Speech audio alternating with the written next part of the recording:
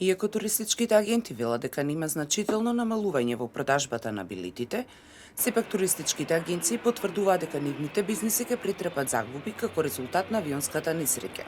شركات الطيران مش مهم إن هي Авиопревозниците تكسب не ويبقى работат عندها само مكاسب за да وفلوس заработат كتير. пари. لكن Тие هي исто رمز така го لكل بلد представуваат ويكون поврзувањето на وسيلة земјите во الاتصال ما светот. بيننا وما بين Сепак أي оваа دولة تانية في авионска العالم. несреќа ќе има огромно فإن влијание تحصل врз مشكلة زي туризмот во دي Египет, ده أكيد особено што هيأثر се علينا уште في не се السياحة знае بشكل причината за سلبي несреќата. كبير.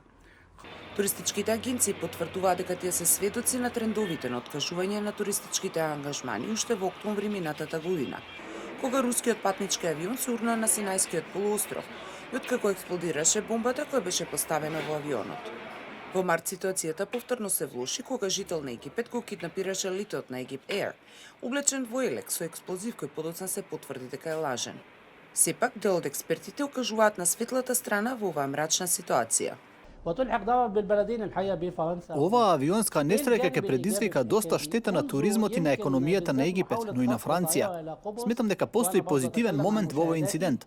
После случајот со киднапираниот авион, одделот за безбедност во Египет постави механизам за предупредување. Со последните инциденти и самите жители на Египет сватија дека и Египет е цел на нападите. Падот на авионот предизвика загриженост во врска со економијата на Египет, која во голема мера се подпира на туризмот. Веќе е забележан пад за околу 5% на меѓународните патници кои доаѓаат во Египет и 18% пад на бројот на патниците кои доаѓаат од Европа.